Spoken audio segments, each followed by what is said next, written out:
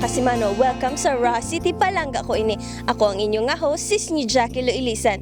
Sa subong at iyon, ari kita sa atong ginatawag nga Hortus Botanicus, nga kung sa di makita ini siya sa barangay Milibili diri sa aton nga syudad. Sa subong at iyon, ari kita sa ginatawag nila nga Butterfly Garden. So I hope sa aton mga kasimanwa, mag-enjoy ka mo sa aton pagpanglugayawan sa subong nga adlaw.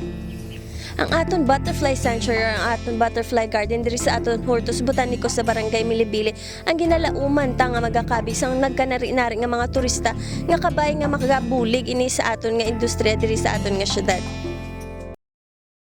Iyan nga project sa Rojas City Government, inang ginhatagan kami ni Mayor sing 225,000 para sa sininga proyekto para nga kung magsaka ang mga bisita naton sa Hortus Botanicus, may makita man sila nga bag-o dito nga ginatawag nga Butterfly Garden.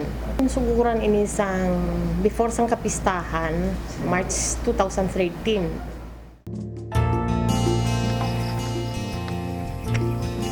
Tinutuyo man sang sini nga instruktura nga makabulig sa mga estudyante naton diri sa aton nga syudad nga kumbaga pag-abot sa ila nga mga sciences project, sa mga research, ini ginalauman nga makabulig man sa mga estudyante nga mapadali ang ila nga mga research system para may baluan nila nga may-ari kita diri sang sini nga garden nga makahatag sila sa mga knowledge about sa different species ng aton butterflies. Namon ang species ang butterfly daw tatlo pa lang ang white, yellow kag ang daw may powder nga na magagmay na silang species, pero sa Subo damo na kita sing species nga ara sa sulod daw mga walo na sila ka klase kag mga dalagko na siya. Mahambal ko nga successful ang Butterfly Garden kay sa pag-umpisa puro gagmay ang ara dira, subong puro na dalagko, siguro nakita niyo man dito sa pagsaka ninyo nga dalagko ng mga butterfly. Kung may bisita kita, no, may bisita kita nga naghalin sa ibang mga lugar, may ara gani nagbisita dalhin sa Mindanao, may nagbisita halin sa Urlabanta nga bisita halin Iloilo, Antique, kag diri man sa province of Capiz.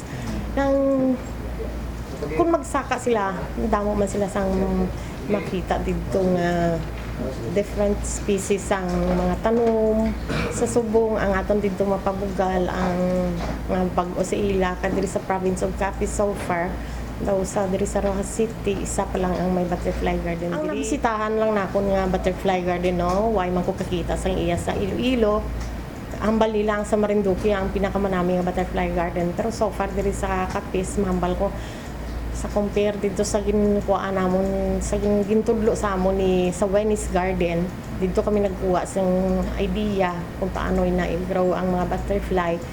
So far nang mahambal ko ang amon nga stock subong sang butterfly daw manami kag dalagko kumpara sa dito sa iya. Wala pa kita sinang ginatawag nga Butterfly Garden kag kung sino gusto nga magsaka sa Hortus, inang take time to visit Hortus Botanicus at Milibili.